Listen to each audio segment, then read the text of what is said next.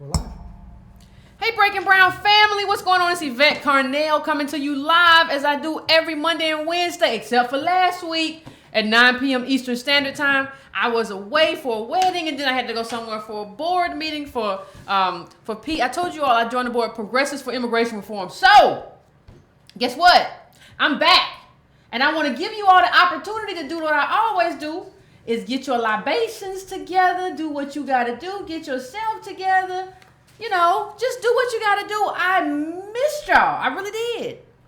I miss my Breaking Brown family, but guess what? We're back. So we have a lot to talk about. We have a lot to make up for. We have a lot of ground to cover, and I don't think I'm going to cover what you think I'm going to cover. I think I said everything I had to say about LeBron in the last little quick hit I did. I don't really have much to say about that. If you want to, drill down into that, then call during the call-in part of the show, and we can do that. If you're not already subscribed, you're watching this on YouTube and you're not subscribed, please subscribe. Just hit the subscribe button. If you haven't hit that little thing that looks like a bell on YouTube that lets you know when I'm live, please hit that, because I think going forward, I'm going to try to do a few more quick hits to just get stuff out if I'm not around for a show, because we only do shows on Monday and Wednesday. And if something happens Thursday, Friday, Saturday, sometimes I feel like I need to hit it fast or whatever. I want you to be able to, put your 2 cents in and see it while it's happening. So hit that bell. There's a bell there. Hit that bell for me. I'd appreciate it. There was some great articles in the newsletter that I sent out on Sunday. If I must say so myself, I think in terms of being a curator, I did a good job. So go to breakingbrown.com if you want to subscribe to that. It is $2 a month, and I know a lot of people don't have the energy or time to actually do what they need to do in terms of, finding the news. It's news available, but somebody's got to have the time to find it and put it together in terms of what's important to black people. And I know most people don't have that kind of time with all the websites and all the journals and everything that's out there. So you can go to breakingbrown.com and do that, okay? And subscribe to that. You can also go to donatebrown.com and donate. You can go to subscribetobrown.com also to subscribe to my general news list. Like this past week when I wasn't going to be available to do a show, I sent out that so that people wouldn't be looking for me. And some people were like, well, what happened? Well, I sent it out. And you have to be on the list, and that's free to be on that list, so you know what's going on. Sometimes I send updates or whatever. So just please, subscribe to brown.com. Take a moment to do that so I can get everybody. Hey, Eric, so I can get everybody in one place. Hey, Paul, what's going on, English? Hey, I just want to get everybody in one place, and I want to thank Irony for doing the show while I was away. If you all don't know, some of you don't know, Irony has his own page at the Funky Academic. So if you missed his shows, you need to go to the Funky Academic. There's one show here, but the other show is at the Funky Academic. So go there also and subscribe and, get your academic, get your intellectual irony on, okay? So I'm just trying to give time for a few more people to kind of come in, and then I'm gonna get it started. I want to give a few of y'all a chance to get in, and I'm gonna get it started. Okay. So I need everybody. Okay, we at 403. So listen, what I want to talk about today, and if you got something different that you want my opinion on, of course, during the call section, then call in or whatever. But I think we got to talk about a few things. I'm gonna lead up to the last thing, and I'm not gonna tell you what the last thing is. I'm just gonna lead up to that later. But the first thing I need to talk about, I want to talk about your boy. Here I am trying to go to a wedding and go to a board meeting, and then I find out that your boy Bill Maher, in a conversation with, a senator? He said, well, he's a senator. We come work in the fields. And he said, well, I'm a house N-word. I'm not going to say it on here because, the chances are I'll get blocked and I ain't even say it. He got a show and he won't have no problem. I'll get blocked. So I'm just going to say, he said, I'm a house Nick. That's what he said. Bill Maher. Now, I'm trying to figure out how to frame this in terms of who Bill Maher is. Because everybody knows if you watch this show, I have a frame. I don't just come here talking. I have a frame for how I'm going to do this. What I'm trying to do is get everybody to understand who Bill Maher Maher is, so we can get into why I wasn't surprised at all about what he did. In 2015, I put up a Facebook post that I reposted yesterday or the day before. I think it was the day before yesterday. Might have been yesterday. I don't know. They run together. What I said in that post that I wanted people to pay attention to, I said that Bill Maher is an opportunist. He used to be a libertarian. Now he says he's a liberal, and he's an opportunist. That's who he is. He likes making fun of people who have religion, you know, and not I watch religious. It's not even, bless you, it's not even in a good way. He just likes saying that they're idiots. He likes talking about Arabs. He likes talking about, you know, Islam and basically calling religions garbage. You know, that's who he is. So in that context, I'm not surprised that he tried to evoke the legacy of slavery in this country, chattel slavery, and what happened to us in a way for just, you know, to just get giggles out of his audience. That doesn't surprise me at all. I think it leads to something bigger, but it doesn't surprise me at all. I think when I think about it, do y'all remember about a week or two ago, no more than 2 weeks, I think, Cornel West was on his show. And Cornel West was talking, he was basically trying to berate Cornel West for like Jill Stein, and I mean not Jill Stein, but like Bernie Sanders and all that stuff. Like basically trying to say, well, you're the reason we have Trump. Not understanding that the people who told us that, those are the people who need to go. Like you should go for not understanding that we were right. That you weren't going to win with that candidate, you weren't going to win with those policies. But at the end of that segment with Cornel West, he said something that even at that time I found offensive. He said, well, you know, your homeboys who don't have health care ain't going to have health care with Trump. They would have had it with Hillary. Your homeboys or something like that. To Cornel West, this is a professor. This is an esteemed professor. Whether or not you agree with everything he says or not, that's who Cornel West is. And the truth of the matter is that that's just not true. Black people, less than anyone, have not benefited from Obamacare in terms of the numbers. It's just not true. But I'm saying that in the context of who Bill Maher is as a person. He doesn't have any moral foundation. He's an opportunist with no moral foundation. He's just out to find out where he can extract from being this TV personality. Okay? So I say that to lay the groundwork for what I'm going to say about him in terms of what he said about field Negroes and all this sort of thing. That's what I'm saying. There's been I want to touch on a lot of trouble that comics have been having in the last few days. He ain't the only comic. I'm going to talk about Kathy Griffin. We even going to talk about Bill Cosby. A lot of problems for a lot of comics. So, you know, when you look at Bill Maher, like I said, his mother was a nurse. Dad was an editor. Unlike black men who went to jail for selling pot, he admits, well, I sold pot and I was able to get myself on the comedy circuit. Went to Cornell University. Went to a school where 0.8% are eligible for free lunch now. When I went and looked it up, somewhere in New Jersey. Whereas that's like half of people, black people, right? So, but you're going to evoke our legacy, right? And what I really want to get to is that this is not the first time. Like what I really want everybody to understand who is defending Bill Maher. I don't know if it's any of you out there, but what I want to get to is that this is not the first time that Bill Maher has done this. The man who went to a school with a median income in that neighborhood, Bill Maher, was $100,000. It's $100,000 right now. It's always been a good neighborhood. This is not his first time showing his racist side to make money for himself. Do you all remember? And I'm gonna read. I got this here, and I'm gonna read it for you. He said that he wished Obama was a real black man. And he didn't say that in the context that I say it. When I say I wish Obama was really African American, what I'm saying is that I wish he didn't have a white mother and a Kenyan father. I wish he was anchored in the African American experience. Then maybe he would have done something for us. Maybe he would understand our pain. Maybe if he had a grandfather or a father who was a sharecropper or a great-great-grandfather who was a slave, he would understand what black people go through. That's what I say when I talk about Obama not being African American. That's what I mean when I say Obama wasn't really African American.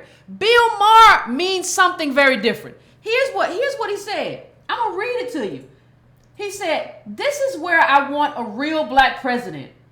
I want him in a meeting with the BP CEOs where he lifts up his shirt so we can see the gun in his pants." That's what Bill Maher thinks about black people.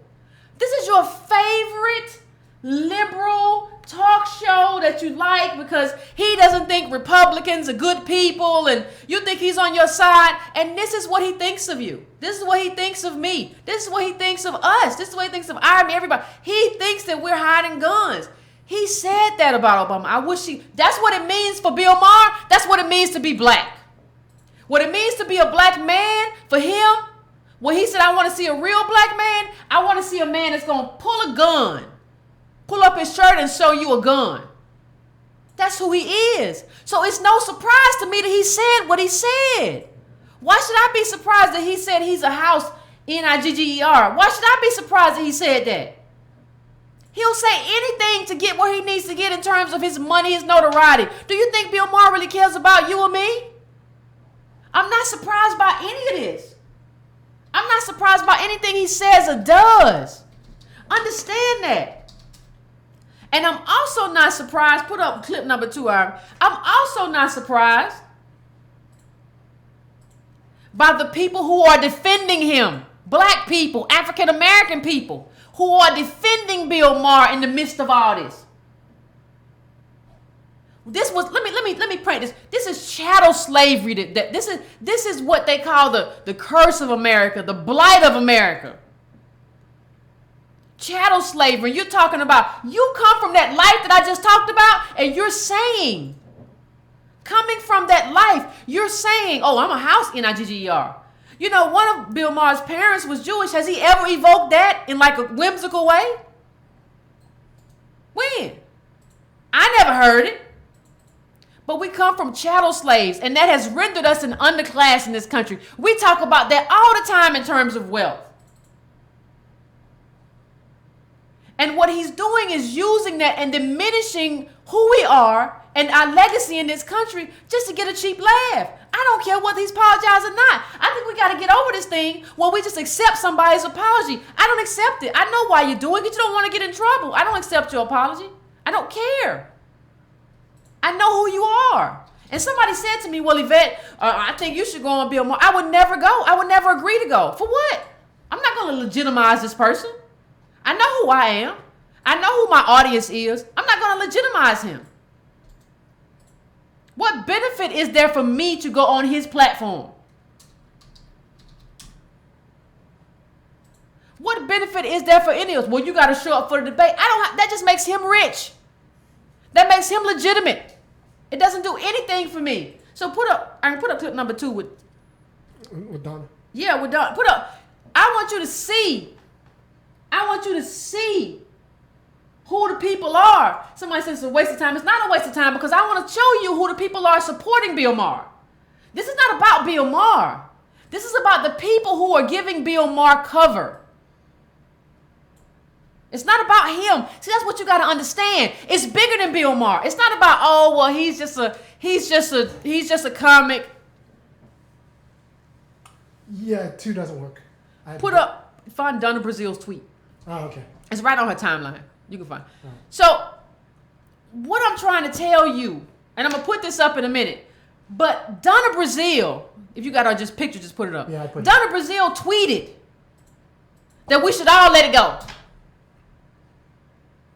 No big deal. Bill Maher said what he said. He's apologized. It's all right. Okay? That's what she said. I didn't say it. She said it. Now, this is how it gets tricky because this becomes about politics. Just stay with me and I'm going to show you how this becomes about our politics. Now, this is the woman who cheated for Hillary Clinton. Just keep that in mind. I want you to keep that in mind that she passed on the questions to Hillary Clinton. She cheated. And instead of giving, and then somebody called and told me, Hillary Clinton is too polished for this debate. She cheated for Hillary Clinton.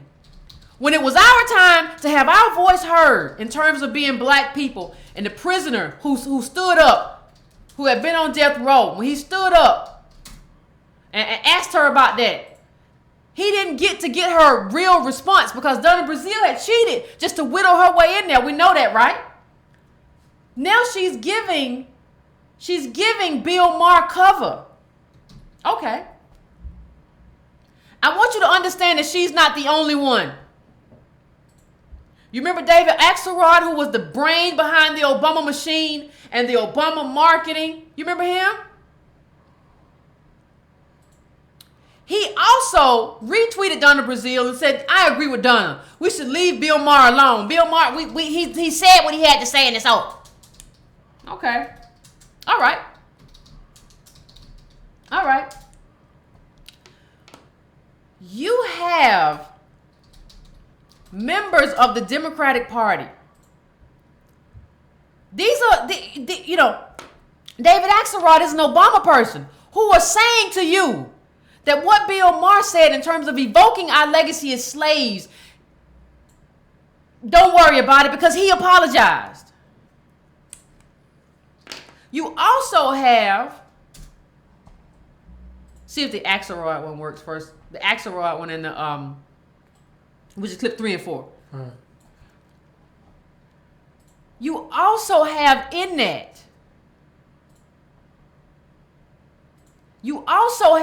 something else. And this is something I want to get to. What has the CBC said? I'm just asking about what he said. Because BuzzFeed asked him. They said, what do you think about what Bill Maher said? What they said, Bill who? Bill, what's that? What's that? I mean, what? Well, the staff said they're not available. And so you ask me, like, why is this important? Somebody said, kill him, Mike. Somebody said, F the CBC. You ask me what you're trying to get me to understand. Why is this important, Yvette? Hey, guess who else? Your lawmakers can't even, think about this. Your lawmakers can't even take on a talk show host. How you gonna take on a president or capitalism or white capital if you can't even take on a talk show host? None of them are available for comment. So throw up clip number 5 real quick. Y'all gonna be surprised about this one. I'm not even gonna tell you what it is. I'm not even gonna tell you what this one is. Oh, that's your boy. I didn't know about this. Hold on. Oh, that's your boy. Let me. Oh, you gonna be surprised by this one. I'm gonna take a sip while I get that up. Let me set this up. Yeah, I didn't know. That's your boy. That's your boy right there. Wow. Mr. Black Politics. Mr. Black Academic. All right, I'll put it up. That's your boy Michael Eric Dyson. You see what he wrote? He was very emotional. He was very, oh my God. I'm emotional about this. I love Bill Maher. He's a dear friend. Oh. But as I've made plain through the years, the N-word should be reserved for black use. Oh. Period. Having said that, as he shows on Real Time nearly every week, Bill's been a champion for many fights for black justice. He has bravely and relentlessly pilloried racism, white privilege, and white indifference to the black plight. Plus, he has, from the start, featured brilliant black personalities on his shows. You get that call, Yvette? Did he call you? I ain't never got no call. Okay, I'm just making sure. All right. Whether on network TV or now cable, in short, he has used his platform to highlight black faces and amplify black voices, and might never have otherwise been given such a prominent perch to tell their truth. Who might never have been that should be who, but he said that. Anyway, given the Bill Maher I know, he will use this opportunity to strengthen his role as an ally to black people. Really? Given his, he has an opportunity. He's now. an ally. He has an opportunity to make it whole. And then people People don't talk about what happens when you bring these black people on. You bring them on and you do what you did to Cornel West. It's like, you are wrong for not supporting Hillary. I don't want to come on if you're going to do that to me. I don't want to fight Bill Maher. That's true. That's what I do when you jump in my face like that. On his show? Yeah, then I get an assault charge. That ain't right. I don't want that in my life. So, I mean, this is your boy Michael Eric Dyson. Now, here's what I want you to see. Here's what I want you to see. Hold on, is Dyson just trying to get some airtime? We finna get to that. Oh, okay. We leading up. We leading up to that. It took me a while to get there, but like. We leading up to that. All of these people from the CBC and everybody, just put up this one last thing, clip number 6. All right. Trying to get put on. Clip number 6. Damn. Somebody put this up and I said, you know what? He right. I don't even know who this person is. But he was on Twitter and I was like, you know, that's true. I want everybody to pay attention to this. When your boy, this is Michael Eric Dyson, is y'all's guy. Come on now. You ready? +6. What's up? Somebody said, who blocking me? Ain't nobody blocking you because I can see you. That's your boy. Michael Eric Dyson gave Bill Maher more latitude to make a mistake, which was awful, using the N-word. And he gave Cornel West. Y'all remember that evisceration he did of Cornel? Cornel West was a friend. Cornel West was a mentor. And Cornel West didn't do anything wrong to Michael Eric Dyson. But because he wouldn't get on the Hillary train, he went in the pages of the New Republic, a white magazine which has a history of racism, and he eviscerated Cornel West. But you got Bill Maher's back, right? Bill Maher's okay, right? Come on, people. And I want to get into what is this about? People, and Army just kind of said it. What this is about is that we have allowed these comedians, especially Bill Maher, to frame politics. He has the platform for framing politics and having people on who are going to influence politics. So what that means is that everybody wants to get on his show. Nobody's speaking out against him on the CBC and otherwise because everybody want to be there. Nobody wants to be like, I didn't get a call for his show. Nobody wants to be like, because this is a show where people come and talk about politics. This is the lens for that. He defines that. That's his platform. And everybody want to be on his platform. And why does he have that platform? Why in the world do we have this mean-spirited, Islamophobic, comedian, racist, talking about Obama with a gun in his pants? Now that stuff. Why is he defining our politics? You know, really and truthfully, that's something that's supposed to be done by serious people and serious thinkers. I'm not saying comedians don't have a role, but we have devolved into a place where comedians determine the context. That's a problem. We live in a world where that's part of the reason why we live in a world where a reality star is the president, because we got comedians doing the political discourse. That's not your job, Bill Maher. You can do that, but you should have did it like this. You shouldn't have that role. Listen, we've been laughing at stuff that's not funny since Jon Stewart. I'm going to say it. What democracy means is that, you know, it's our democracy. Media is power, and he has the power. Bill Maher, this little racist dude, he has the power. This dude don't like Arabs, he makes fun of African Americans. He has the power. Why?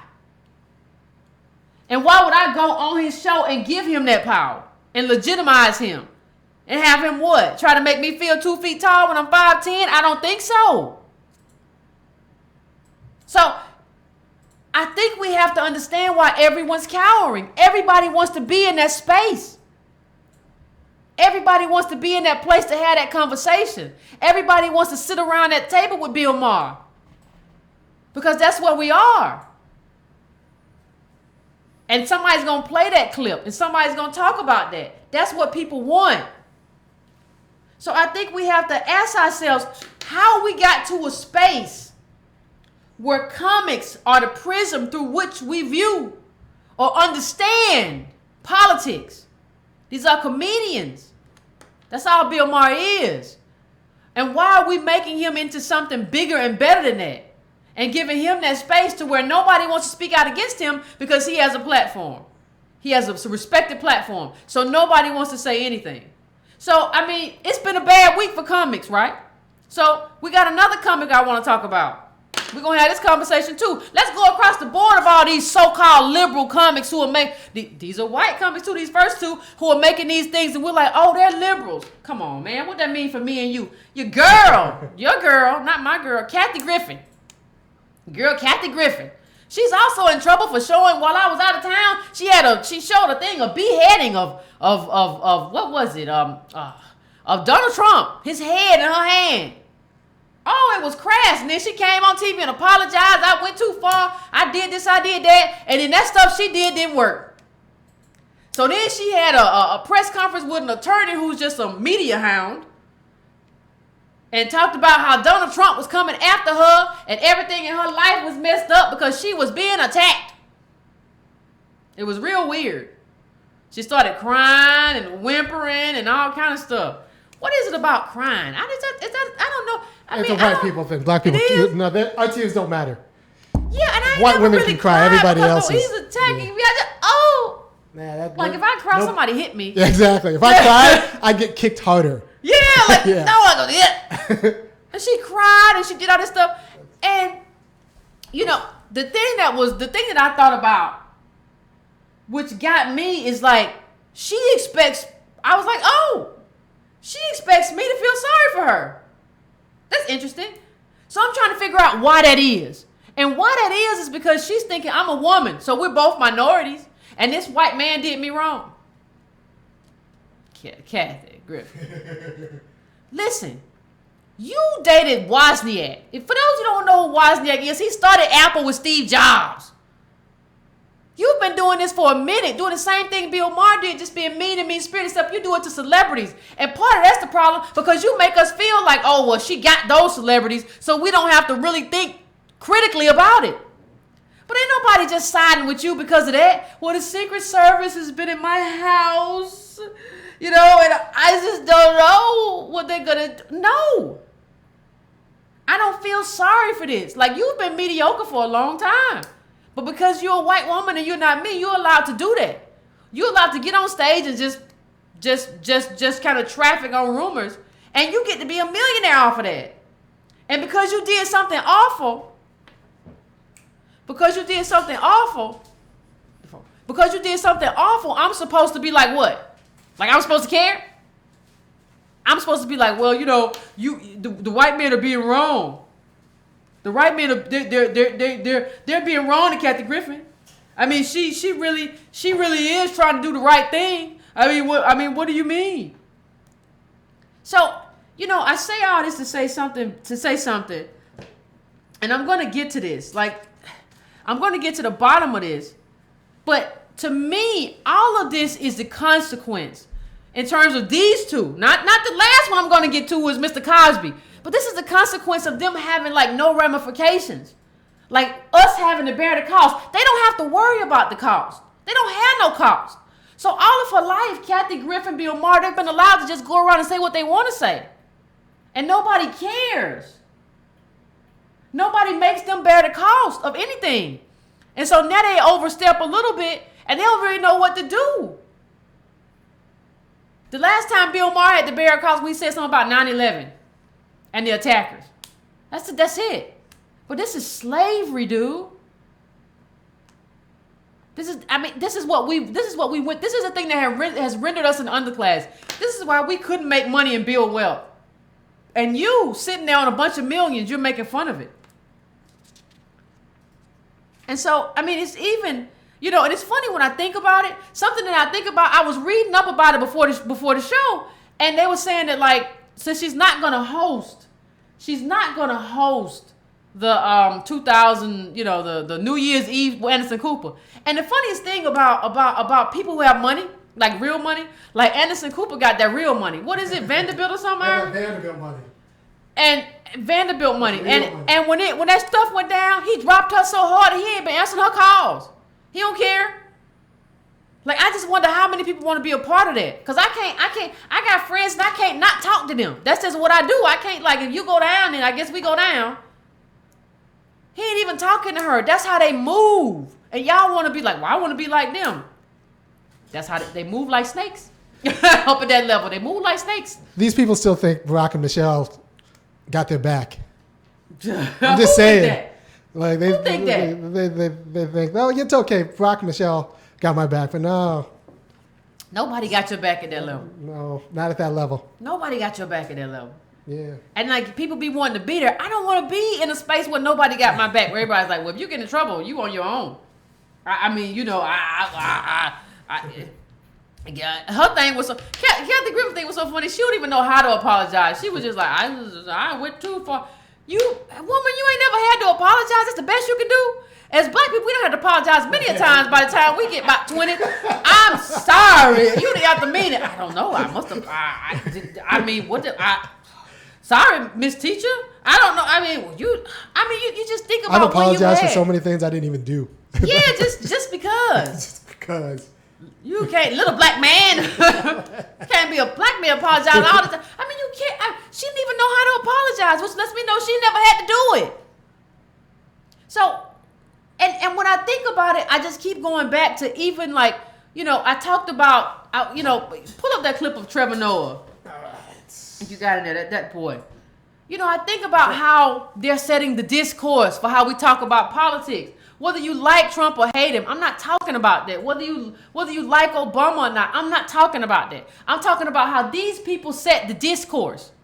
And so Trevor Noah is saying something to the effect of, well, you know, screw people who don't want Obama to get his money. They're just racist. Well, actually, that's stupid, Trevor Noah. Like I said before, and you're stupid, Trevor Noah, because Hillary Clinton's campaign was torpedoed in large part because of her speeches to Goldman Sachs. It's not about race. It's about what people in the Democratic Party and what progressives want from their leaders. But we have people like this leading the discourse. Do y'all remember when the Daily Show's Jon Stewart actually led he had Eric Prince, the mercenary. You remember the mercenary, Ironman? Yeah. The mercenary Eric Prince he had on his show. Okay. That's the guy who was in Iraq. Like doing extrajudicial stuff. And he's in the family of DeVos, who is the Secretary of Education. Yeah. And he was joking with that guy on his show. These liberals, listen, we don't have any allies. Right. We don't have Republican allies, we don't have liberal allies. We just need to be on the page of whoever's gonna do something for us at any given time. Have our agenda here and decide who's gonna be there for us and go off of that. That's what we gotta do. We don't have allies. And we're going to get the phones hooked up. I'm going to go to my last segment, and then we're going to go to the phones. I want to hear, because I know you all I know you all got a lot to say. So, what I want to say lastly, after Miss Kathy Griffin, I've covered that. I got to say this. I got to say this. I got to say this. I don't have no choice. What did he ever do to you? What did he ever do to us? Y'all know who I'm talking about. Ladies and gentlemen. Mr. Bill Cosby. All right, it's up. We know they got the trial started by him and drugging the women's and all that stuff. What did Heathcliff Huxtable ever do to you? Oh, Heathcliff didn't do nothing. Heathcliff alone. Heathcliff made me go to school and believe in stuff I probably shouldn't have believed in. And he lived in a house that he really couldn't afford. He got you to Howard. Be honest. He did. Well, him or Denise at different world. But it was still him. I like Kim, but yeah. Yeah, got me there. But now this man is on trial. Ladies and gentlemen, Bill Cosby's trial about drugging the women and stuff done started. He has a trial. And I'm trying to get myself together. Yeah, get your libations. Time to get your libations because it's about to get real. Get your libations, please. I don't want to take this. I don't want to make this take too long. Because I want to get to the phones. But I got to break it down. When we're talking about comedians, how could I not talk about Bill Cosby? He finna try his trial. I don't have a choice, I feel. So, let's go back, please. Let's go back. Let's go back. Let's go back to Mr. Cosby's pound cake speech. Let me just read one segment first, and then I'm gonna go to some other segments. But if you want to read this, like this BuzzFeed News has a great annotated version of his pound cake speech. And he says, "Are you not paying attention, people? with their hat on backwards, as if that's a bad thing. As if somebody wearing their hat backwards is indicative. They don't deserve a job. Yeah, you don't deserve a job. You don't deserve a job. You got tattoos and you got your hat on backwards. Give me that wealth. If it was tattoos, I don't deserve a job either, I guess. Whatever, you don't deserve it. He says, pants down around the crack. Isn't that a sign of something? Or are you waiting for Jesus to pull his pants up? Well, I got a question, Mr. Cosby. What were your pants? I mean, if you want to talk responsibility to me, I want to know where your pants were. Where were your pants, Mr. Cosby? When you were doing stuff that you should not have been doing. I want to know. I'm just trying to understand. I mean, you all can pull this up. You all can pull this up right now. And you can see what he said. He talks about Christians, young girls getting after some girl who wants to still remain a virgin. He talks about all kinds of stuff. Talk about virginity after what we know that you've been accused of. Come on, people. I want you to understand. Listen, if you're going to talk to me about personal responsibility, if you're going to talk to me about personal responsibility, what was your personal responsibility? You had a wife and a family. When you were out here doing stuff with all these women who were not them. Now, I would never judge you like that, but that's how you judge black people. That's how you judge black kids, not just black people. That's how you judge black children. You got on TV and you castigated black children. But guess what, Mr. Cosby? You're about to be reacquainted with your blackness. You're seeing now that this judicial system doesn't care about you at all. And good. Good. Not because of anything. I'm not getting into what happened. But you now want to say that you're a victim. That's what you say through your attorneys. That's what you said in a recent when you spoke to somebody recently. You're a victim. But you would not allow young black people in the ghettos, in places that have been left by jobs. The jobs have left. You would not allow these black people, these black kids to be victims. You, a multimillionaire, you're a victim, right? But you wouldn't allow them to be victims. When they had circumstances much worse than what you were living, they couldn't be victims. But now you're a victim. But you didn't give them the space to be a victim. You didn't give them the space to do that. Where was your personal responsibility, Mr. Cosby?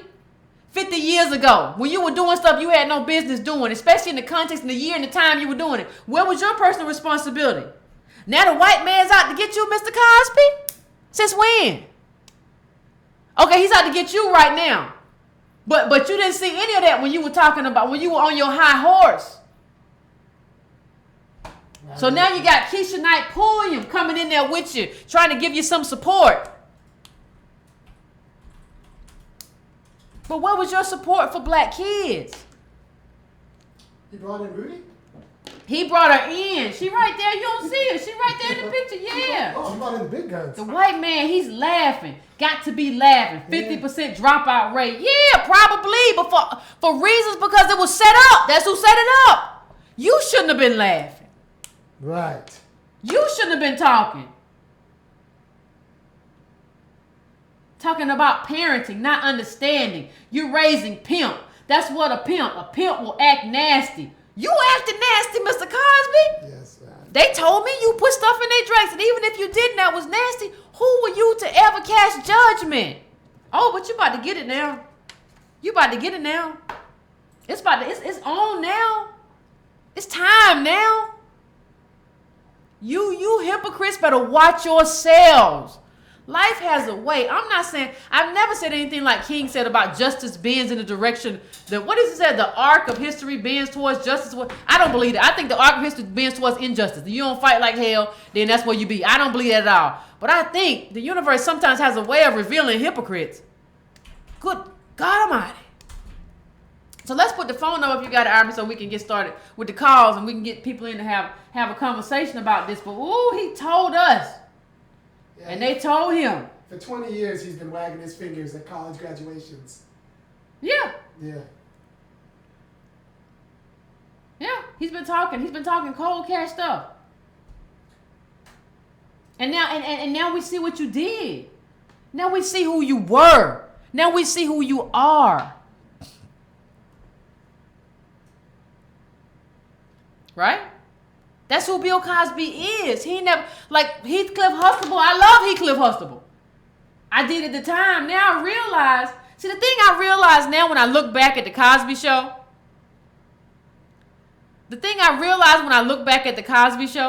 is that the reason the Cosby Show came out in the midst of the crack epidemic was so that it could distract us away from what was really going on in our neighborhoods and make us focus on our aspirations.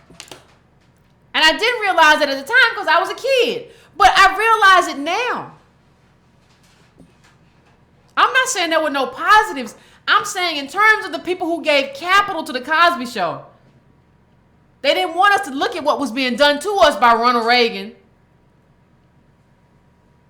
They wanted us to look at, and later Bill Clinton, they want us to look at, don't look at that, just look at your aspiration. Don't look at politics. And that's why I tell people all the time, this is about politics. What we're trying to do is have a conversation about politics.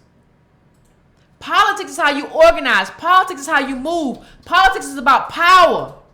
If you want real power, we're talking about politics. There's no way to talk about power without talking about politics. If you're not talking about politics, then you don't understand power. And you know, this media is about social control. The NBA finals are about social control. I know you watching. I'm just telling you. I ain't got no choice but to tell you. And the reason you know it's about social control is because if any of those players say the wrong thing, it's over. They're out. Has Kaepernick got a job yet? He's got some tryouts. But if Kevin Durant, after all that, if Kevin Durant came out in a dashiki, it might be over. Like he might suddenly if he came out and said, if he came out and said some serious stuff. Yeah. Don't nobody care. Get your big grizzly stuff up somewhere. Don't nobody care no more. Right. Don't nobody. All that nice stuff they say, they don't care no more. They gonna talk about you like you something awful. Right. And say stuff about you like you a beast or something. They don't care. Yeah, it's social control. So we got the phones ready? Yeah, we're ready. All right, let's go.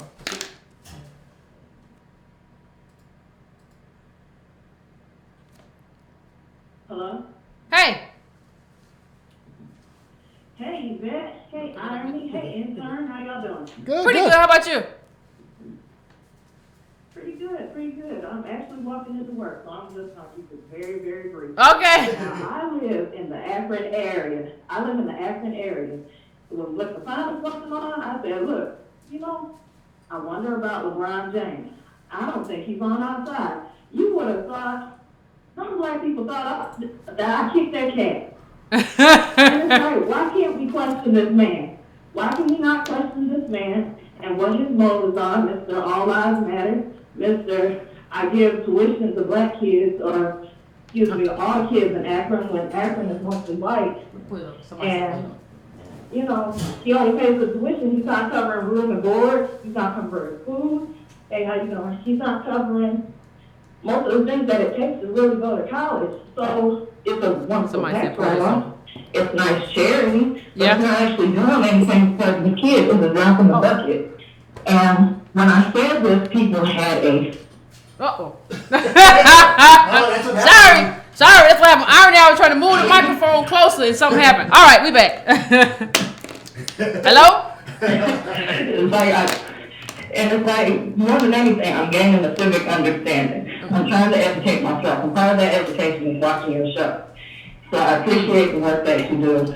It's very important. It's very great. I try to share everything, but they refuse. They don't want to look at what it is that they're doing or what it is that they can do, because we're depending upon the FDA to come in and just donate their own millions, but it's like the millions only a drop in the bucket. They can't save us. Yeah. They can't do it.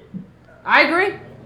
I agree. That's all I wanted to say. Thank you very much. Thank you. No, I think there's a. Somebody said, remember that he fired Lisa Bonet. Put the number up if you can. Yeah. I think what people don't realize is, I don't know what it is about why. I think it's a collectivity thing, right?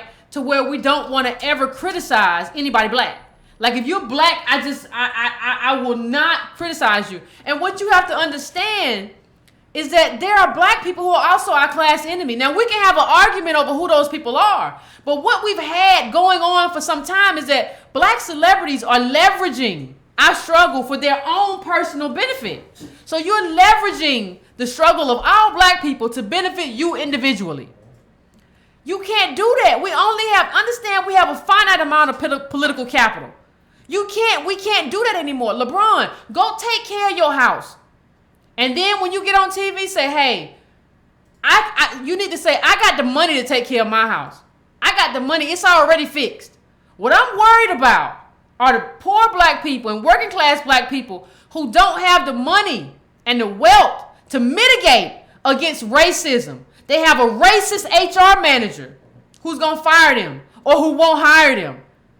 I'm worried about black people in the streets who are going to get arrested because of racism, because of a bad cop. I'm worried about that. You should say, listen, this is a small thing. That's what LeBron should have said. It's a small thing for me, but it's a big thing for black people who don't have my resources. And that's who I'm worried about. That's the statement that LeBron should have made. That's what he should have said. And there's nothing I can do about that. So let's go to the next card.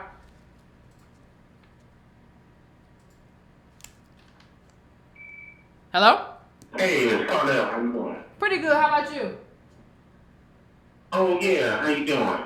This is Baruchi from Jacksonville. I got a quick comment for you that I want you to see if you can address. Okay. How about if we thought of a new narrative and spin to explain the justification for reparations like this?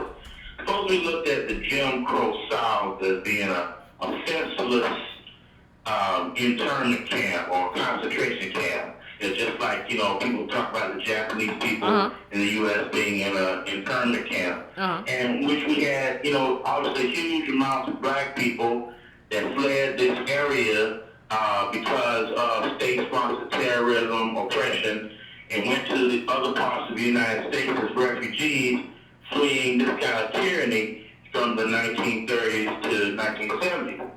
So right now, obviously, we have many survivors and their immediate descendants that are obviously still alive. So monetary compensation should be due because the wealth gap, in many cases, was spawned, additionally or cultivated in this time of the Jim Crow South, since every time we hear about reparations, the white people are like, well, there's no more slaves that are living, they're all dead, the slave owners are gone. But then again, since Japanese people got money for being in internment camps, is not the Jim Crow South an internment camp? And if you could try to address that idea and thought, I appreciate it, and I'm enjoying your show. Thank you. I appreciate that. I don't know. I don't know if because the narrative as it is bad enough, really. Like, it's a really awful narrative when you talk about redlining, when you talk about what happened. I put an article in the newsletter about, there's a new book coming out that I just bought about redlining and how government set it up. Like, as it is, like I think I understand the idea, the money is still in the system, the poverty is still in the system, so I understand the idea, but I think the story, if understood, is enough. Like, it's a horrible story of what's happened to us in this country, quite honestly. From slavery to Jim Crow to now, like now we're not slaves, but there's no wealth. We're still an underclass. So what has happened in this story, if it's the problem is that it's not necessarily understood or articulated. And I hate to keep going back to this, but the part of the problem is that we have a lot of do-for-self people who don't want to articulate their history because they feel like magic can draw them outside of that history and put them in a place of an aristocrat, not even a nice, stable life, but they believe that they're going to be be able to have 4 or 5 cars and all that stuff because they watch too many rap videos. So, you know, I don't think that's I understand what you're saying in terms of reframing it, but I think, you know, a few years in an internment camp is actually not nearly as bad as what happened to us. No, and actually, you know, I saw a nice interview with Shirley Sherrod.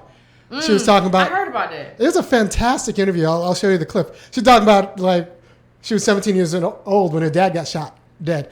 Like, her dad owned a farm, and the neighbor's farm, one of the neighbor's cows drifted over. Mm-hmm. And so the dad said, hey, you might want to get your cow. It drifted over to my land. So the neighbor came over and got his cow, and then the neighbor tried to claim a few more of Shirley Sherrod's dad's cows. And Shirley Sherrod's dad's like, no, actually, those are my cows. Like, that one's your cow, these cows are my cows. And then the neighbor's white, got more belligerent about it. And then Shirley Sherrod's dad said, look, we'll just let the courts decide, all right? We'll just let the courts decide. Shirley Sherrod's dad turned around. The white neighbor shot him dead. This was 45 years ago, 50 years ago. Yeah, so, you were supposed to just let him have them cows because he's white. Yeah, you're supposed to, and then to, like, talk back. Yeah, you're not supposed to do that. You're not supposed to talk. So this is domestic terror. Like, do you know what? Yeah, domestic terrorism. That's domestic terror. Like, do you know what that does? Yeah. So terror. You own property, you pay your taxes, and you were shot dead. And the person who for protecting your own property and saying, like, let's let the courts decide. Yeah, I'm not trying to hit you. Just let the courts decide what's gonna happen. Shot dead on his own land. And then not only that, I mean, are you stealing wealth from that person and killing that person? Shirley Sherrod, years later, is attacked by a racist news organization. Right. For even she has found her way beyond that. I don't know if I ever could have, but she did. Right. And she had Breitbart, who's now dead. Get her job. Basically take her job. And the first black president had somebody basically call her and tell her to pull over to the side of the road so I can fire you. So domestic terrorism is real. And we need to take that, like, the legacy of that and what that does to black politics. And the theft, the legacy of terrorism and the theft of property. Like, you can't have your stuff. Like, they can say, get off that mule. That's my mule now. And you can't do anything about it. The legacy of that. And these people don't want to give reparations. And not only that, the worst thing is, let me tell you something, black people. The worst thing to me is not that these people don't want to give us reparations. The worst thing for me is black people who are saying that we don't need it or that you begging. Like, people say, oh, Yvette, you deleted my comment from Facebook, from YouTube. Yeah, if you say we begging because we trying to get our due, yeah, I'm going to delete you. I ain't got time for stupidity. I'm going to take you right up out of there. I don't have time for you to say us getting, like, you are an offense to the ancestors to say that we don't deserve what we deserve. Because you don't know enough. You don't read enough. Like, we got too many adult black children right now who don't know enough, don't read, but stay talking. That's the one thing I see on YouTube. I see a lot of people who don't know anything but got a lot to say. Shut up. Somebody should have told you a long time ago. Shut up. You don't know enough. And it's not even about necessarily reading all the time. There are YouTube videos now. Go figure this stuff out. Don't come on my page talking crazy. I will block you swift.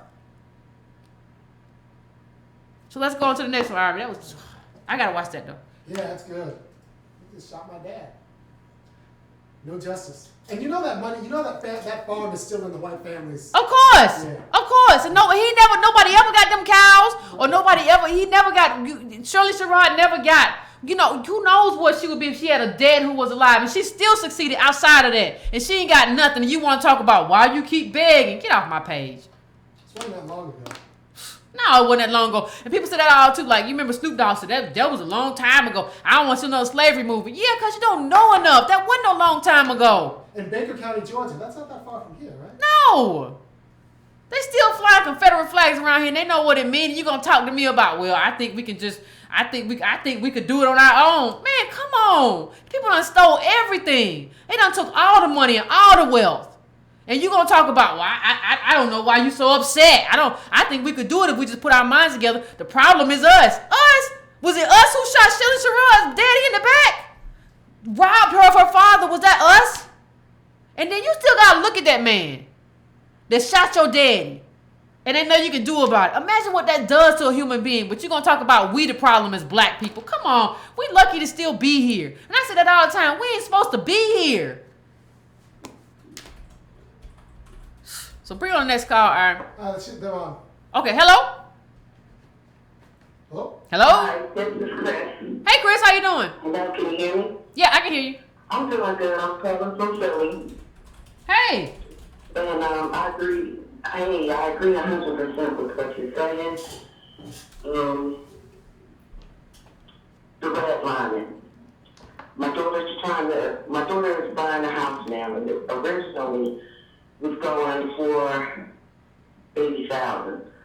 The appraisal came back, dropped it down, and when I said they dropped it down because it's a black neighborhood, she looked at me and rolled her eyes. I'm like, it's the truth. She thinks that I'm pointing these things out because I'm anti-white. No, it's just true. Yeah.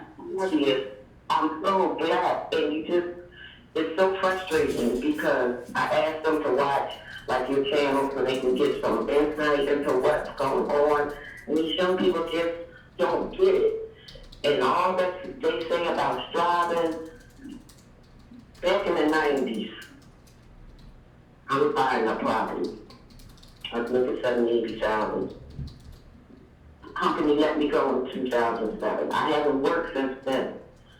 I've lost one property, but like I try to tell people, it's not what you walk away from, it's what you walk away with. So if I gotta let that go and still keep what I have and move forward, then that's what I'm going to do. But everybody's like so caught up in getting this material stuff as opposed to getting the land. And I've been telling them, they're not making no more land. And we deserve reparations. Yep. I had a thing on my Facebook page saying how I think it's the University of Kentucky has their black student union has put together a forum or what have you where they want reparations. Yeah. And part of the reparations is allowing the college tuition to be free to black children or children of African descent. Descendants of slaves. And I said on my Facebook page, we're long overdue.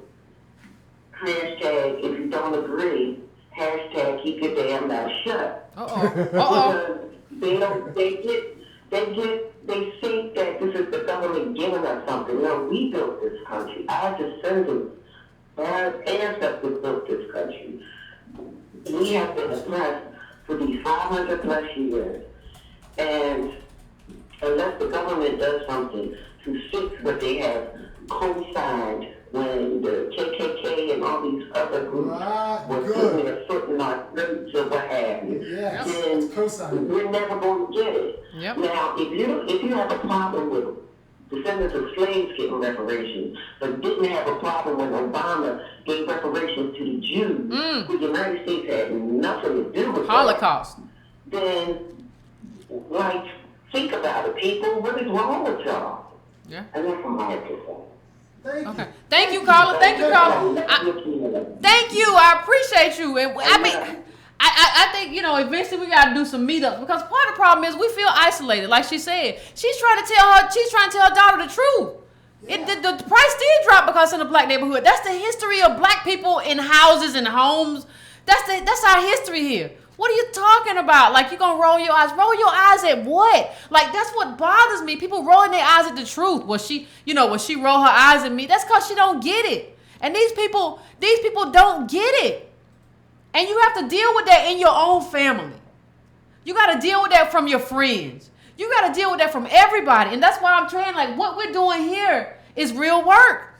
Because what it requires is standing up to your family and friends and saying, you don't know enough. I've had to tell people all the time, you don't know enough to have this conversation. Well, what do you mean? That's arrogant, Yvette. No, it's not. No, it's not. You just want to talk to me like a kid. If you were a kid, I could have this conversation with you, and I could dumb it down. I'm not going to dumb it down with an adult. And what she said, about the land. What we don't understand, I said 1,000 times on this show, is that what black people need is stability. I don't need to be an aristocrat. I don't need to ride in a Bentley. I need to be stable. I need the people around me to be stable and us to have nice lives, and we can barbecue and we can be making, everybody got $500,000 and we good and we relax. I really don't feel like a lot of us spend enough time around the mainstream, white people. I was trying to find another word. What's another word? Well, with money. I don't think we know enough.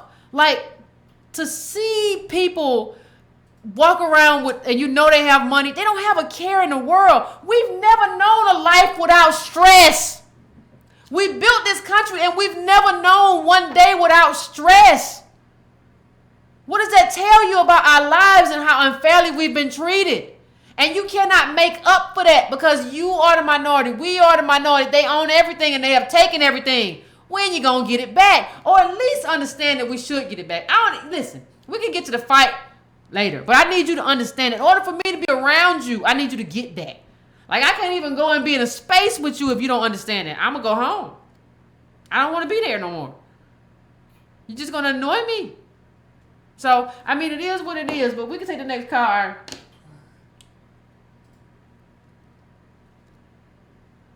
Hello? Hello? Hi. Can you hear me? Yes. Okay. I kind of lost my train of thought, but I know you talk a lot about Black politics and how that's not really talked about in the media. And I encourage everybody to check out the interview that Omarosa did with a Chicago radio station, WVON. You can Google it, or I can just send it later. Okay. But, her role in the White House is kind of unclear to a lot of people, myself included. She kind of keeps a low profile, but she was instrumental in, for the fiscal year 2017, getting, having HBCUs not have their funding cut. Now, what's being said in the media is that Trump wants to cut HBCU funding, and that's the fiscal year 18 budget, which is just a proposal. For the remainder of 17, they didn't have their funding cut, which is a good thing, because as we know, Obama actually cut the HBCUs when he was in. And also, they actually funded programs like TRIO. They gave them additional money, which helps lower income students.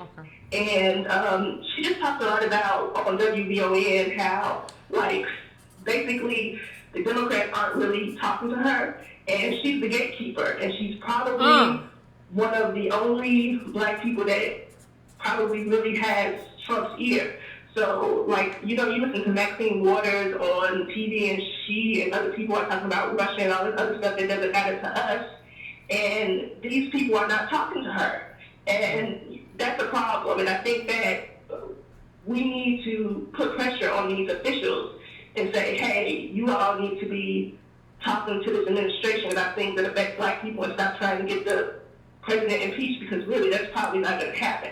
Yeah. So I just, like I said, encourage everybody to check out the interview with her. As of now, it seems like she is the Black politic person now. As time goes on, we don't know what she's going to do, but it's a very informative interview. Thank you. I just wanted to put that out there. Thank you. I appreciate it. She said the interview is on WVON with Omarosa. Thank you for calling in, Carla. There's a Republican Congress. A Republican Congress is not going to impeach a Republican president. So I don't know why anybody who is a member of the CBC or whatever is running around talking about Russia. You're talking about Russia while your constituents don't get enough. I understand what Maxine Waters did in terms of apartheid, South Africa. I know she's been on the right side in terms of the drug war and the CIA and all that stuff, in terms of drugs and the black name. I get that. But Maxine, we don't need you or any other CBC member to run around talking about Russia. I don't know who put that bee in your bonnet, but that's not our bee. You need to be doing stuff for Black people. Those are your constituents. I heard you got a lot more Latinos, Hispanics, but I'm still saying that's about poverty, even if you're doing that. That's not about Russia. So I don't know why anybody would be saying, I don't want to really meet with Omarosa, whatever. You meet with whoever's at the White House, whoever calls you. When that number from the White House, the first 3 digits of that number, like with the 202 is the DC, but after that, when that number pops up and they call, you come. Because it's not about who's ringing the phone, that's about power. You want to meet with power. You want to influence power as best you can. I'm not saying you're going to be successful, but you got to show up. You just got to show up. That's just the way life works. So I'm going to check out that interview call, and I appreciate it. Let's get to the next call out.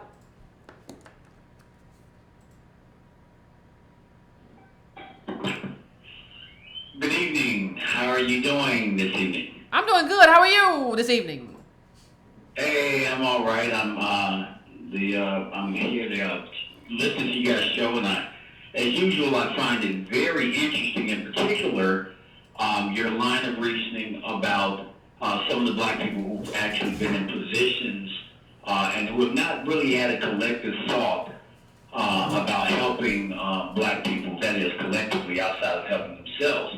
I want you to consider the term brand new Negro, and we all know that term historically, that is used in the African American community, but a lot of us do not know where that term actually came from. It actually came from, it was actually first coined in response to Booker T. Washington returning from his first trip where he was invited to the White House by President Theodore Roosevelt. And when he came back, black people felt he had a new attitude. He had a new way of relating to black people that they had not recognized before. And so they referred to this behavior as that Negro acting brand new. So that's where the term actually came from. Now, it's very important to note that when Booker T. Washington came back on the train as the brand new Negro, when he crossed the Mason-Dixon line coming back south, perhaps he did not notice it, but right outside of his luxurious caboose was a black man being lynched every 50 miles hanging from a pole on the side of the train tracks. This is very important to note.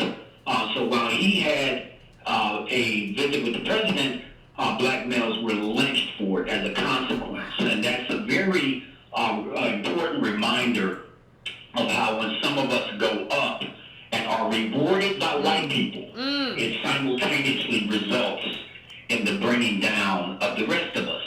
Now, we see this type of behavior in a lot of other aspects of society. Think about when Toure was fired from NBC. No one said nothing. None of the other black anchors. And then when Carlos Watkins was fired from MSNBC, no one said anything. And then, I forget the little light-skinned woman, she was fired Miss Harris Perry as well, and then on to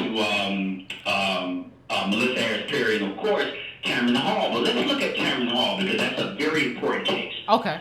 Tamron Hall was fired from NBC. She was the last African American, and as you have eloquently put it, Yvette, the end of the era of the Negro Whisperers. I thought that was very profound. But listen to an interview that Tamron Hall had given about a month and a half prior to her being fired. Okay. She was asked in an interview, and I believe it was I can't remember if it was a black girl interviewing, but she asked her about, tell me what are the struggles of a black woman making it to your age. She cut her off, and she said these words: whenever some black person asks me how difficult and hard and all the struggles I had to go through to get here, I immediately stop them in their tracks, and I tell them I do not want to hear it. And she said, because it's hard for everyone. And so I don't want to hear anything about racism. You can actually look at interview a month and a half later to make sure she's fired. And I'm having a conversation with one of her co-workers, former co-workers at NBC, about what she thought about her being fired from NBC. And she went on to say about, it's racism because Megyn Kelly, the white girl from Fox News, came in and took her position. I said, if it was racism today, then it was racism yesterday. It was racism when Toure was fired. It was racism when Carlos Watkins was fired. Melissa Harris Perry, who apologizes and going off the air. about not saying enough. And these are the things that happen when black people rise. In order for black people to rise in white America, the cardinal rule is you must deny your people. If you do not do so, you will not be trusted. Yep. That's all. No, thank you, Carla. That was profound. I didn't know anything about that interview. I didn't know anything about that when she said that.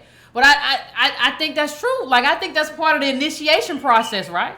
Like, the initiation process is, if you gonna be here and get this money is the key word. You're gonna be here and get this money. You can't be here and be fighting for your people. So before we get you over here, I want you to make a choice. Now, you still might get fired, but you need to make a choice. You want to get this money for your individual self, or you want to get something for your people? What you want? So what's the way around that? Collective politics, collective black politics. There is no, listen, people, there is no individual freedom. People who are telling you to do things individually are leading you down a dark road. We have done things in this country as a group to get change for ourselves as a group. We can do group co-ops if you want to. I'm down with that. We got to do group politics too. I'm down with that. But we got to do all of this stuff as a group. There is no individual freedom, because people who are individually free, people talk about, well, you in capitalism, you just got to be a shark and do it. Listen, sharks have wealth. You have to have numbers. When you're faced with that kind of wealth, all you got to have is numbers. That's what you got to do. And that's what we got to do. We have to get together and we have to purge ourselves of the traitors who think that they can go it alone. You got to get rid of them. People like, Yvette, I don't know why you go at black people so hard and you don't go at other people. I don't hear you. Because I got to get rid of traitors. The traitors are all around. I need to teach my people how to spot traitors everywhere. I need you to be able to sniff one out and go to it like you got some kind of laser in your eye. That's a traitor. I see him. You got to do it. Because if we don't, we end up with another Obama. We end up with another Obama. Except maybe it's Cory Booker or Kamala Harris. Yeah, Cory Booker, Kamala Harris. Could be any of them. Yeah. But we end up with another one in because we couldn't spot him. And I'm not mad. I couldn't spot him. In 2008, I couldn't spot him. It was only after he gave that piss poor inauguration speech and then appointed Rahm Emanuel that I said, oh, I think we have a problem. And even then, I still gave him the benefit of the doubt for a while. I did. So I'm not faulting you. I'm just saying we got to learn better and do better. That's all. I'm not saying there's anything wrong with you or me, but we just got to do better. That's all. Let's go to the next one. You got the next one. Hello? Hello? Hello? Yvette. Hey, how you doing? Yeah, this is Griffin again. I wanted to touch on something else that Otis. you discuss all the time. When you start talking about getting together some groups to do some work, people don't want to do work locally. I have people right here in my family that will spend 8 hours at church, but when you tell them to go to a school board meeting, go to a planning commission, find out what is on the horizon for you, they tell you they don't have time. They don't even understand the value of government in their lives. Yeah. I wonder what's wrong when the property values think in their community would go up in the white community. They don't understand when they look on the news and see that the locality has got a $50 billion grant to improve their infrastructure and drain sewage, and their community gets bypassed, and the white people get their flooding taken care of. I don't understand this whole idea of I don't have to do anything. Government will just do it for me. Thank you, Griffin. I agree. I think part of the problem is well, first of all, the last thing, black people work hard, so the last thing they really want is more work. We work hard, but I think if you talk, it's funny if you tell somebody that there's a Mercedes at the end of what they're doing. That's the difference between my enterprise and other people's enterprise, right? I'm not telling you there's a mansion and a Mercedes at the end of this. But if you tell them that we're so caught up with material stuff as opposed to community stability, that if I tell you, hey, if you do all this, you're gonna get a real nice Mercedes and a mansion, and you're gonna be able to make other black people feel bad. Because let's be honest, half of this stuff is about, remember Kanye West had a song, I'm in a private jet flying over you. Why are you listening to a rapper trying to make you feel bad about not having what he has? We got to reject that. So I think that's part of it, right? We've been told that I want this kind of status. I don't want to work to just have a good life and a stable life. I want this status. So if you can, I'll do extra work for that, but I'm not going to do extra work for this. So I think that's part of the problem. I think we have to show people the benefit of community and the benefit of stability, the benefit of not having to be stressed out about this bill or that bill, the benefit of having enough money for food and lights all the time. Like, we have to show people, like, what we're going towards is stability. Ain't nobody trying to say have this or have that or have a Ferrari or whatever. Stability. We are unstable. We are an unstable group, and our life would be so much better. Our blood pressure would be so much better. Our cholesterol would be so much better. Our mental stability would be so much better if we had stability. So I think what has to happen is we have to find out a way to make a case for stability, because what you have is a lot of black people making the case for luxury and living a luxurious elite life, but we don't talk about that. We don't talk about political education. Go ahead. Yvette? Yes. I can't leave without asking you, please give me your take on Chance the Rapper making the front page of every magazine. Is this the start of his political career? Well, you know what? Thank you, but he looked clean in that suit. I saw it. Ebony can't pay writers right now, but he looked clean in that suit. So I mean, it could be. I think it could be. He didn't wear a hip hop outfit, right? He wore nice. He was well dressed. So I don't look at that as like not a possibility in the future. I think these people plot and plan everything. So I would not be surprised, and I think his attire, says something about where he might want to go. That attire would look real good on a campaign flyer. That's all I'm saying. Look, we talk a lot about how media is really social control, and about how even something like professional sports are really just social control. So what we're trying to do here at Breaking Brown is political education. We're trying to actually help our people learn how to govern. That's our media. So what Otis was saying about what to fight for at their school board meeting, or the neighborhood bills that will change your property values or get the lead out of your water in your neighborhood's water. That's the quality of media we're providing. That quality of political education. Teaching people how to govern. Because everyone else is teaching you how to govern too. They're teaching you and program you how to govern for somebody else's interests. Yeah. We're teaching you how to govern for your own. But you said something real good on Facebook, Ira. You'll never say the stuff you say on Facebook. I can't remember what you said. Something about power, how people mistake something for power. Like not being poor for power. Yeah. All right, so if they give you a soup kitchen, if they just give you a soup kitchen, and so you can go and get your meal and get fed, you still don't have power. You don't have real power. You can't start a business. You survived. Yep. That's not power in America. We live in a capitalist political economy. Historic income inequality. With historic income inequality. If you don't have capital, you're not in the game. You don't have power. And real capital. Yeah, real capital. Not enough to consume a little bit, I saw but a story. Real capital to actually produce. You don't have real power. There was a story in the news. I got to send it out on the newsletter about how there's this one white billionaire who makes all the cheese for all the pizza companies.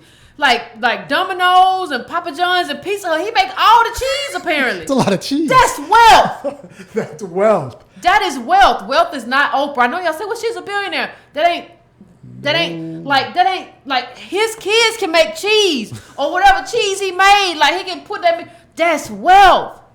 It ain't tied to a personality. Yeah. And I think part of our problem is that we can't really wrap our heads around what wealth is because we never really had none. Right. And we confuse credit with wealth because credit keeps a lot of people from starving. Income with wealth, yeah, a lot of stuff we confuse. Yeah, we confuse income with wealth, credit with wealth, because credit and this stuff keeps a lot of people from starving. And so since they're not starving, or since they're not starving today, they think they're in the game. They're back in the game. But no, you don't. We need capital. No, it's just like real Uber. It's capital. Just like Uber. Like exactly. if you do the math with Uber, you're either making minimum wage or you're paying them. And people be like, no, I got paid $1,200 off Uber. Well, no, the thing is, the reason that Uber's so successful is because we can't count. And so not being able to count means that we don't count the money on the back end because they're going to make your car raggedy. And somebody in the back seat of that car is going to burn a hole into the seat. And there's all kind of costs. Somebody could throw a gun in your head when you out trying to pick up people at 2 a.m. from the club. There's all kinds of costs to Uber that we don't count because we can't, because we can't count. And I think maybe on Wednesday we need to talk about counting in a serious way in terms of, like, when you talk solutions, we need to talk about teaching ourselves to count. That's one of the solutions. We got to be able to count. So I think maybe Wednesday we'll have that discussion. But yeah, it is what it is. Yeah. We live in a capitalist democracy without any capital. Yeah, and so I ain't got no capital because I don't count. I don't do arithmetic no more. Well, you need to. We ain't got to get complicated. We don't have to do calculus. We don't have to do geometry. But we got to do addition and subtraction and a little bit of multiplication. Third, fourth grade stuff. Chicago. Hey. Maybe it's Oakland. I wish it would. I tell her to sit down. Hello? Hello? Hello? Yes. Hey. Yvette? Yes, ma'am. Hey, guys. Hey. Listen. Listen, take my breath away because you're on point with everything. Listen, check this out. I just came across this show called Black Mirror. Are you guys familiar with this show? It's on Netflix, right? Yes. I watch it. Have you seen any of the episodes? I've seen all of them. Okay. Remember the 15 million marriage with the black guy giving the white girl the marriage so she can go ahead and move on in life because you're going through this vicious cycle over and over again, listening to what everybody's telling us to do. This is what we need to do. Like we're doing pretty much now. Uh-huh. This is what you need to do to make it. And once you get to that spot where you're going to get to, then everything is going to be good for you. Yep. Remember that episode? I remember. And and then he didn't drink the Kool-Aid. But when it was his turn to get on stage, they figured out another way that social engineering to say, you know what? We heard you. We're going to put you in a position now so that other people can hear you.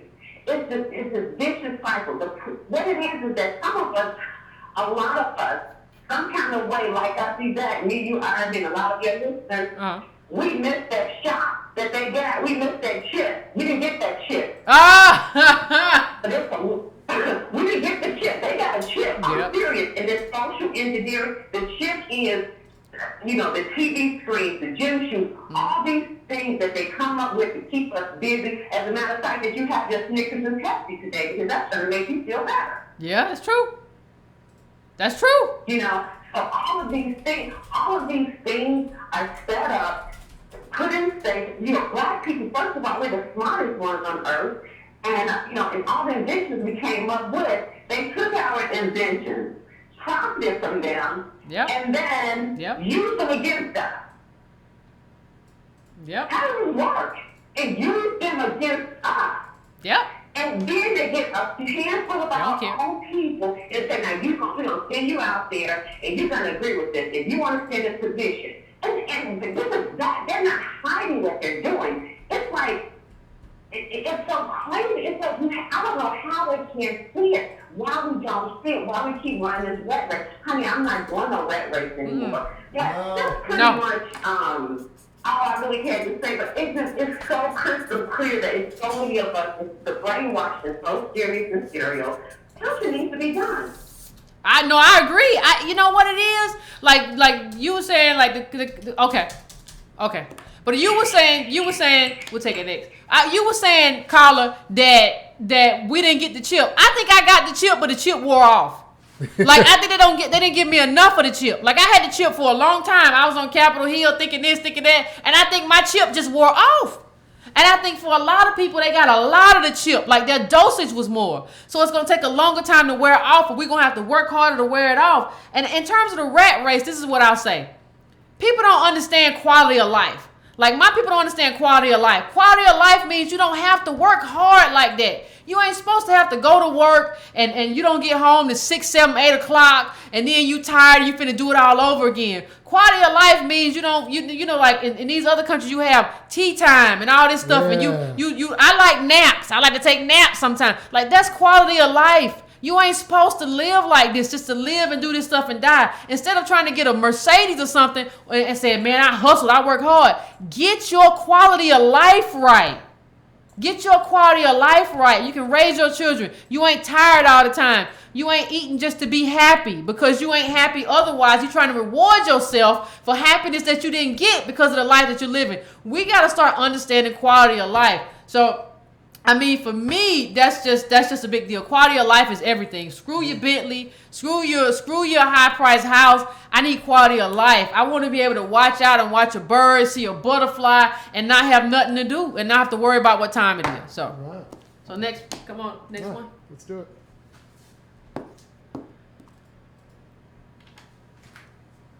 Hey, Ben, how you doing? This is Antonio. What's up, Antonio? Nothing much. Just wanted to make a couple points. This is a great discussion. I want to start off with make sure you guys go Google Cosby Show training. You know, because in that piece, I really show how the Cosby Show, for all of its productive part for our community, because it's showing like a two-parent household. At the same time, it did not show economic appropriateness. You have to understand that house that they lived in, that we saw every day, was worth almost $800,000 in 80s money. There were two kinds of families that would live in that house at that time. That would be either an entertainer or a legacy wealth person. Now, what I'm telling you is at that time you had to put 20% down for an house. So you had to be a black family putting down nearly what? 20% of $800,000 in 80s money. Ooh. That house today is worth $8 million. And I guess for me, what I'm saying is like, what happened as we watched that house is our own financial psyche became grounded in fantasy over reality. And like what I looked at when I see this is that for us, it was an interesting moment in one of the prior calls. That's why I won't let me call in, where he said, if you look, a lot of the boomers are struggling with understanding why their children that grew up in cities don't understand what. Well, they never saw anything built. They didn't see when the pipes were laid there. They didn't see when the houses weren't there and then they appeared. So they don't understand construction. See, white people are still building up. Yeah. Especially at the top 10%, 5%, building skyscrapers and taking their kids down there to see the skyscraper as it's built. You look at Kushner, who is Ivanka Trump's husband. He did the biggest real estate sale in all of New York history. But if you think that was him, he was only in his early 30s. No, his father was a real estate mogul. You look at Trump. Trump's father got rich off of redlining in New York. That's what you're looking at when you see Trump. And I think for a lot of us, coming back to us, we don't understand that our children don't understand anything beyond basic city living. They didn't grow up in Mississippi where they saw a pipe, they saw no land, a land with no house, and then a house, and then you have to build in the pipe, and then you have to build in how the pipe actually attaches to the main line, and then you got to go down to the city and get a zoning kind of thing where it's okay to connect to the main line. They don't know anything about that. No. They know about moving into a house or apartment that's already there. Yep. And I think for a lot of us, we don't understand as a result, they don't understand how the reason you can move into that house is because of black politics. And it could very well change if you don't keep it open, that they will cut off your line and give you water like you can in Flint. And take your house just like they're trying to do in Flint. And so the other thing that I just wanted to give as a construct, because I love you, as most of the audience does, but sometimes the data gets a little lost in the midst of your great message. Let us understand that the bottom 50% of America controls 1% of the wealth. The top 50% of white America has 88% of the wealth. To not be in the bottom 50% of America, you need to be worth $85,000. Yep. How many of you guys are worth $85,000 as a family? Not you have that worth. After you take out your debt, how many of you worth $85,000? That just gets you out of the bottom 50%. Yeah. What I'm telling you today is that 14 million black homes, almost 12 million of them are in that bottom 50%. The problem, though, isn't just that they're in the bottom 50%. It's that they have the dream of the white people in the top 10% that are worth $1 million or more. You can't have the dream you can't have $1 million dream and live in your pocket. No. So I just wanted to say that today as we give context to this financial discussion. Talk to your kids about what it was like to grow up in Mississippi and see your granddaddy build a house. And I think they'll be better understood about what it takes to actually be part of the society. No, I agree. Thank you, Antonio. I appreciate you calling in, and they'll better understand how to take care of that house too. If you got it. I mean, he said 800. Think about what he said. I mean, we're getting ready to go, but I want you to think about what Antonio Moore just said. And check him out at Tone Talks on YouTube channel Tone Talks.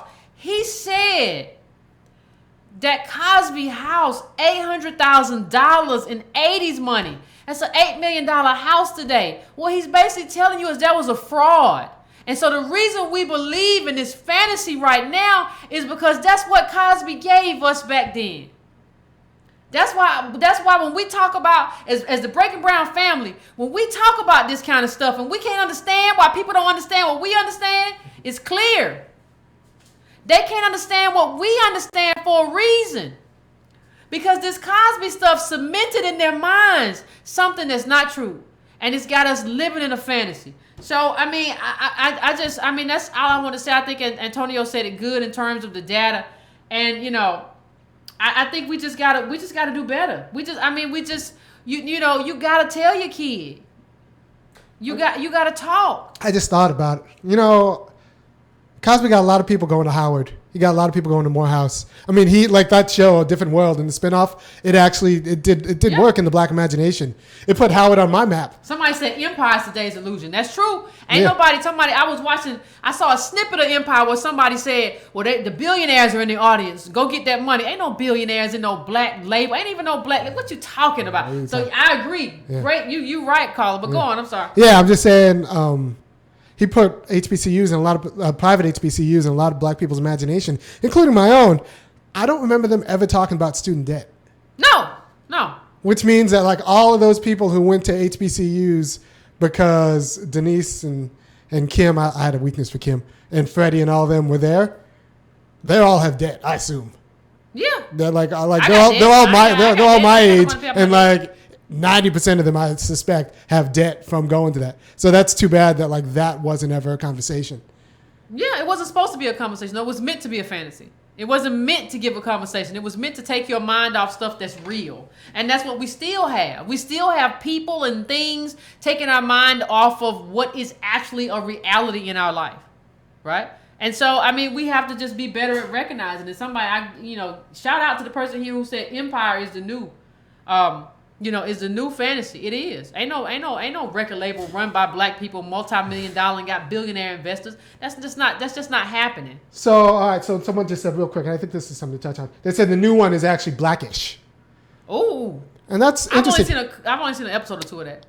It's fine. The problem is if you have one Blackish, you have to have 4 or 5 shows about like regular black people. You have to have 4 or 5 good times. Life. Like what you realize is all this person is doing this. That stuff is not black life. That's not black life. That's such a small segment. They could be rounded off. Yeah. Unless your wife is a doctor and you're an ad exec, that's not your life. Person has to be a surgeon, man. Yeah, exactly. You know what I mean? And it's just like, what are you talking about? That's not your life. No. So, I mean, I think you're right. And I think we have to understand, I'm not saying there's not good shows out there or whatever, but we have to understand how much of this is social engineering. I mean, back in the day, I used to watch Rock. He was a trash man and she was a nurse. And that was probably even pushing a little bit, but I still watched. I mean, it was closer than a lot of stuff. Good Times was on. I mean, there's some stuff that was closer. But there's a reason why now we're talking about Blackish and Empire and back then the Cosby Show. And not any more stuff that really represents the lives of regular black working class people. There's a reason for that. And it's not because of happenstance. It's because of social engineering. Yeah. So I want to thank everybody today for tuning in and talking and having this conversation. We will be back Wednesday, 9 p.m. Eastern Standard Time. Again, if you have not subscribed, please subscribe to the channel. Please actually go to the bell and hit the bell so that you can, it's a little bell so you can know when I'm on and when I'm live. Please go to breakingbrown.com and subscribe to the newsletter. It's like 4 good articles in there from last week. And if you subscribe to, if you already donate, just send me an email at editor@breakingbrown.com, and I will add you to the list because you already donate, and I appreciate you. So if you do that, let me know. If you didn't get it, let me know. I check all the emails myself, so let me know, and I'll email you back whatever you got to do. I also subscribe to brown.com. That's not anything paid. It's free, but I just want to add everybody to my mailing list if I'm not here, if anything's going on, if I find something I think everybody should see. Regardless, I'll send that to you. Subscribe to brown.com. You can also go to donatebrown.com and donate to the show and donate to what we're doing here. You have any last words, Iron? No, I'm good. Okay, so you ready to cut it off? Yeah. So we'll see y'all next week. I appreciate everybody, and send me a message if you got something to say.